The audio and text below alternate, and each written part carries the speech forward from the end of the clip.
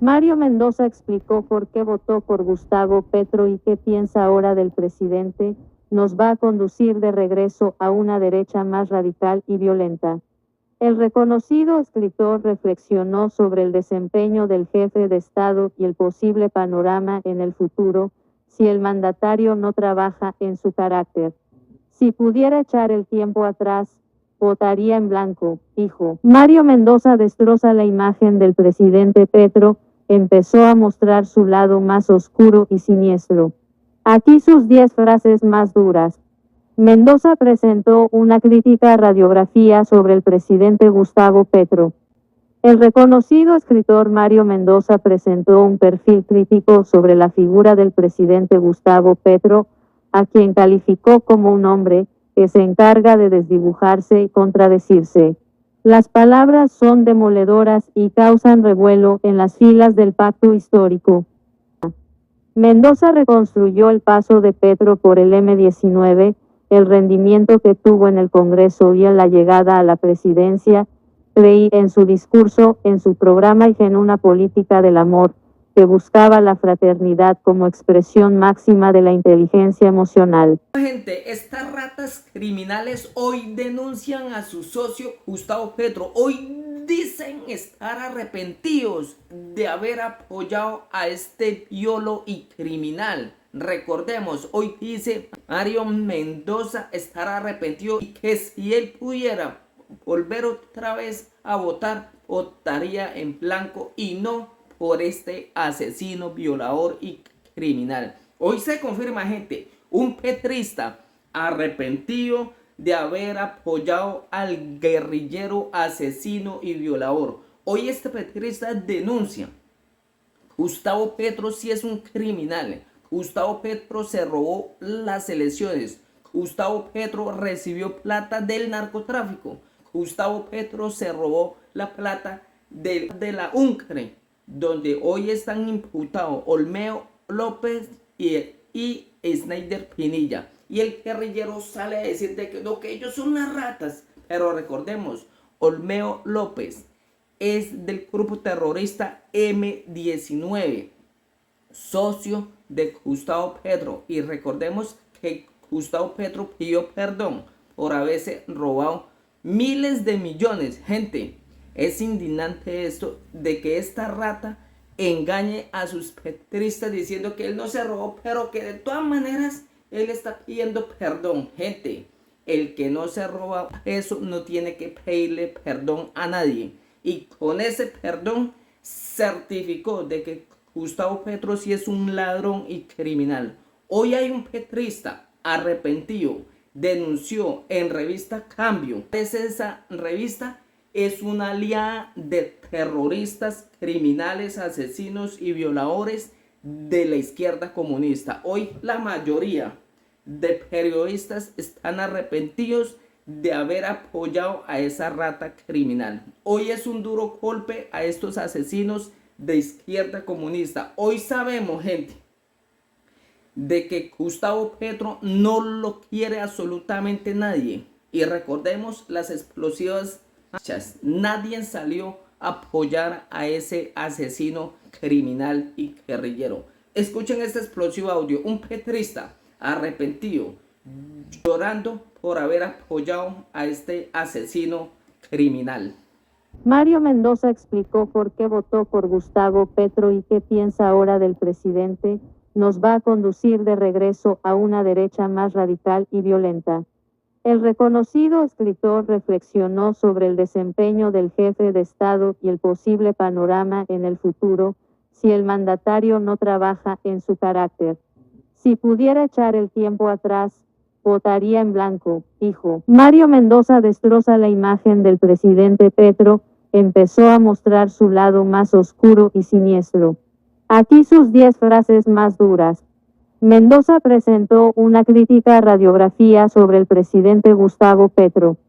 El reconocido escritor Mario Mendoza presentó un perfil crítico sobre la figura del presidente Gustavo Petro, a quien calificó como un hombre que se encarga de desdibujarse y contradecirse.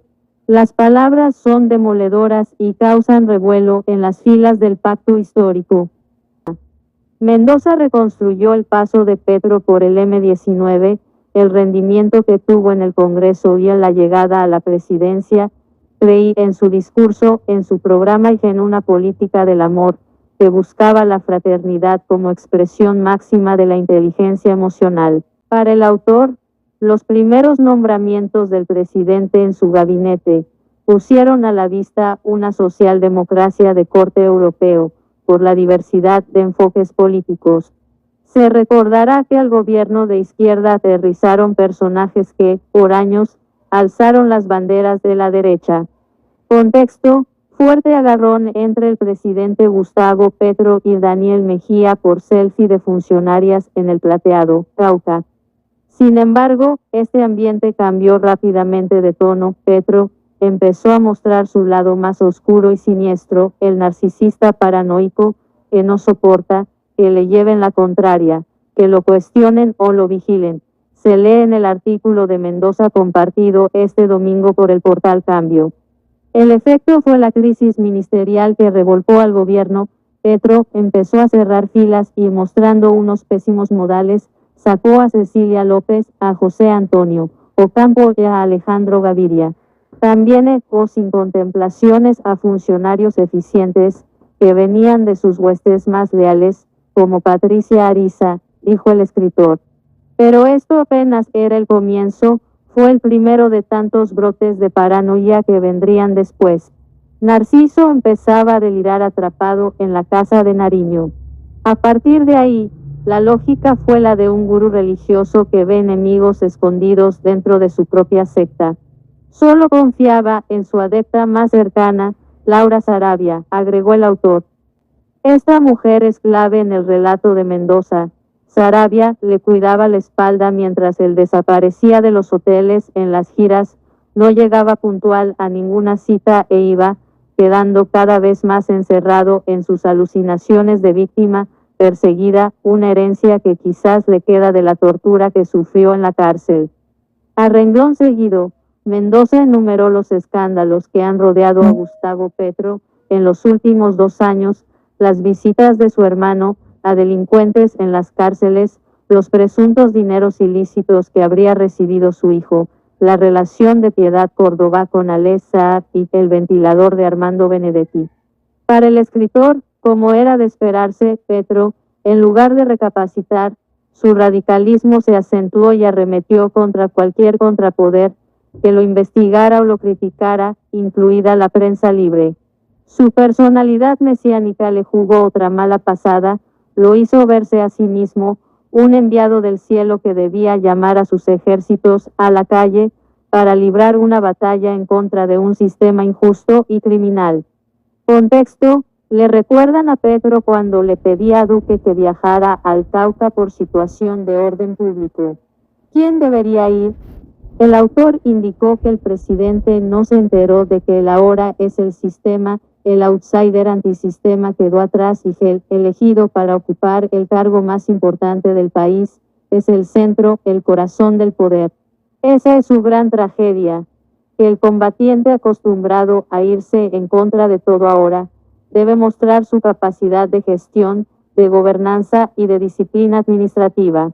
Y no puede ni sabe hacerlo porque no está diseñado para ello.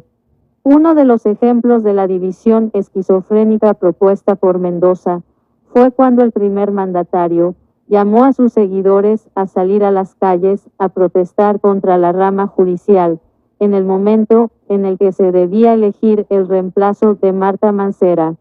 Las protestas se salieron de control y fue necesario llamar a la policía. Y entonces las preguntas saltaban a la vista. ¿Quién era el jefe de los que protestaban? Respuesta: Petro. ¿Y quién era el jefe de las fuerzas militares? Respuesta: Petro. Increíble. Parecía Dr. Jekyll y Mr. Hyde. Un caso clínico, dijo. El rosario de críticas aumentó, y a este Mesías tan nuestro, al que su ego le dicta que puede ser el presidente del planeta entero y el embajador de las estrellas, también la Constitución del 91 que se redactó con la ayuda de su propio grupo, el M-19, le queda pequeña y con cualquier pretexto, llama a sus comandos a la calle para alborotar los ánimos. Todo con tal de no gobernar con juicio, con rigor y a disciplina, que debería ser su verdadera misión. Él concluyó: ahora solo queda una enorme desilusión, mucha desesperanza y la zozobra de un país cuya inestabilidad política y social se ha acrecentado bajo su mandato, indisciplinado y delirante.